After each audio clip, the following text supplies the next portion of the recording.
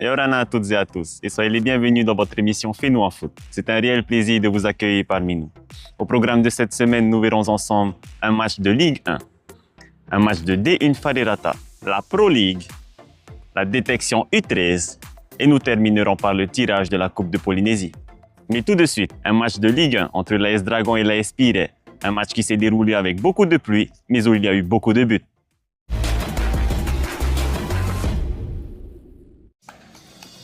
L'AS Dragon et l'AS Piret s'affrontaient ce vendredi soir au stade Pathé pour la 9e journée de la Ligue 1.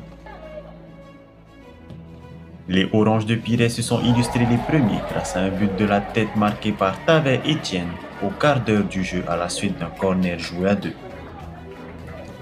L'AS Piret bénéficiera d'un pénalty à la 35e minute à la suite d'une sortie mal maîtrisée par le gardien de l'AS Dragon. C'est donc Teho Olose qui sera présent pour transformer ce pénalty.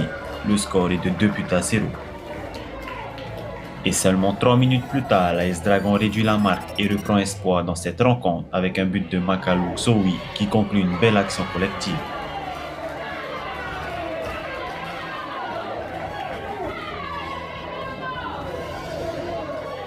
À la mi-temps, le score sera de 2-1.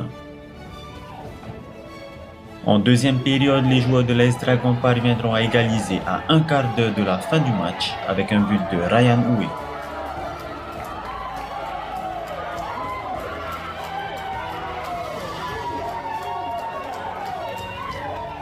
Et quelques instants plus tard, les joueurs de Vatea Terei reprendront l'avantage, Rayman Alifonkwe profitant d'un centre mal négocié par Jonathan Torohia pour donner le but de la victoire à son équipe.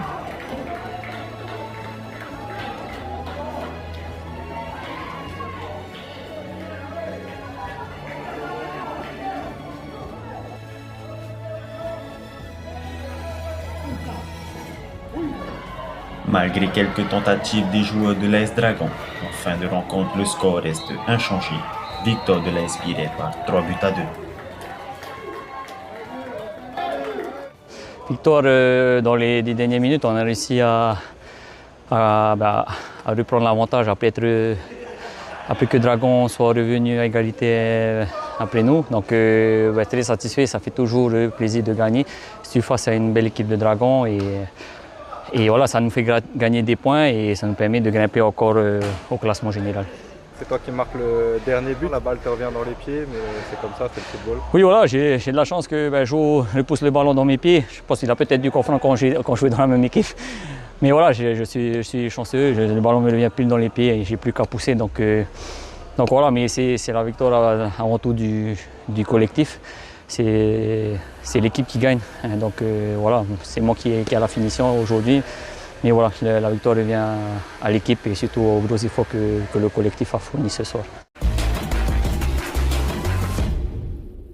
Et bravo à l'AS Piret.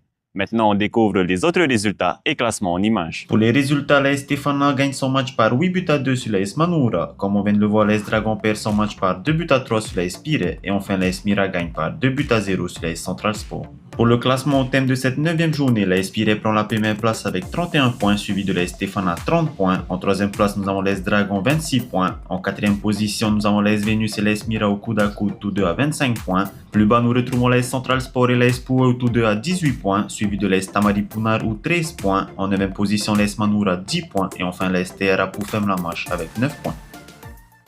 Place au dernier match de la phase 1 D1 Farirata entre l'AS Stefana et l'AS Piret. Une rencontre qui s'est déroulée au stade de Louis Ganivé samedi.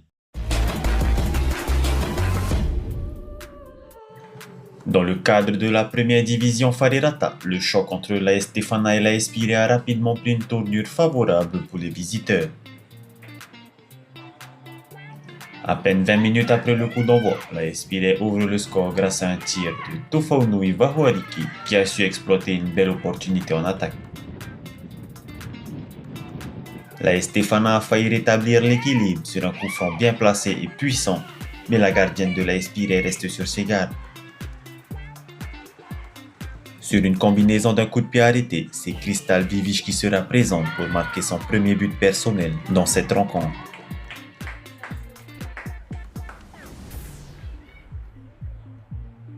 En seconde période, Behei Samin décroche une frappe puissante de son pied gauche. La gardienne de la Espire n'a rien pu faire face à cette balle qui finit sa course au fond du filet. Dans un moment de cafouillage dans la surface de réparation de la Estefana, c'est Charlotte Rodriguez qui sera présente pour inscrire son premier but personnel. Toute seule au point de pénalty et d'une balle bien placée, c'est au tour de Omega Chalon de marquer dans cette rencontre. Les joueuses de la Espire font jouer leur collectivité et Meiko Hai récupère cette balle et s'échappe toute seule en direction du but afin de marquer son deuxième but personnel dans cette rencontre.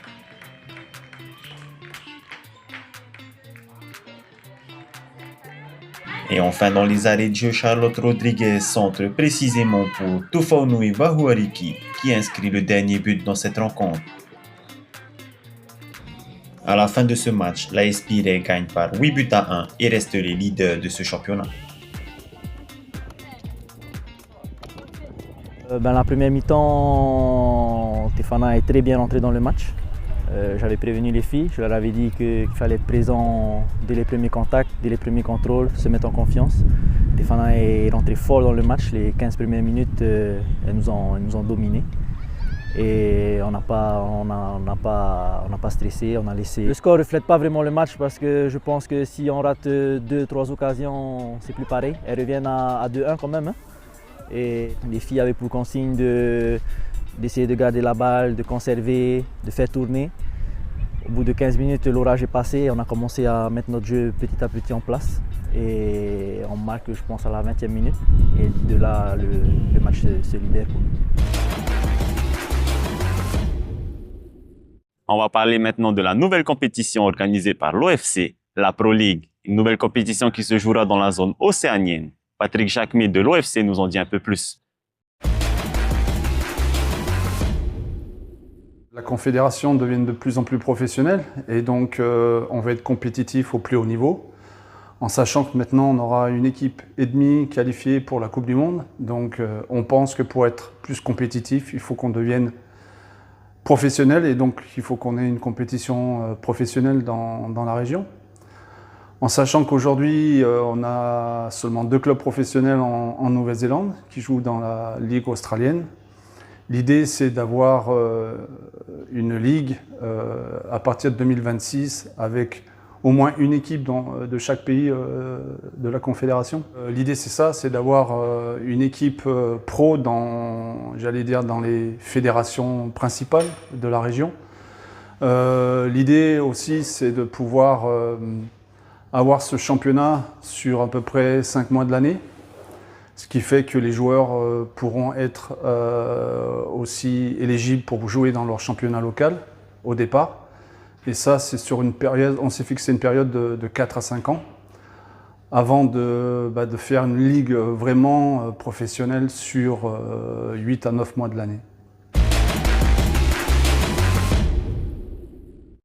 Une réunion d'information avec un représentant de l'OFC sera organisée la semaine prochaine au siège de la Fédération thaïsienne de football.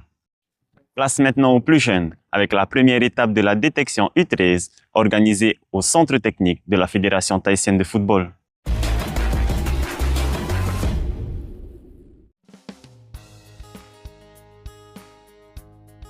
Bonjour à tous et tous. En effet, après des premières observations à travers les regroupements qui ont été mises en place par la FTF avec les collègues du département technique, les observations de match, les échanges aussi avec les différents éducateurs des clubs. Dans ce premier temps, c'était de regrouper samedi après-midi les meilleurs U13 de Tahiti et de Moorea.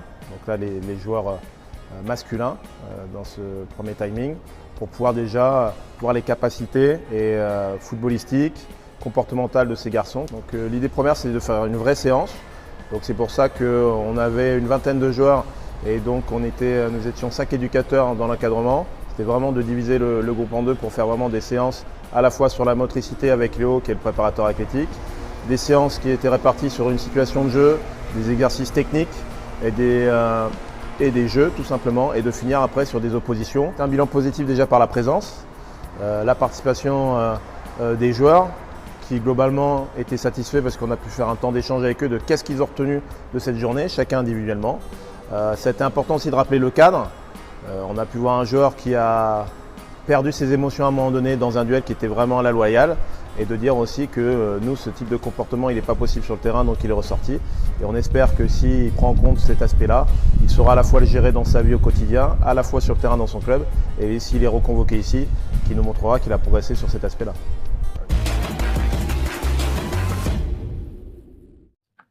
Et pour terminer, je vous informe que tous les tirages de la Coupe de Polynésie ont été effectués cette semaine. Vous pouvez les retrouver sur notre site Facebook. On vous rappelle qu'il y a les U15, les U18, les entreprises, les femmes et les hommes. Merci à toutes et à tous de nous avoir suivis sur Fais-nous en foot. On se donne rendez-vous la semaine prochaine. Nana!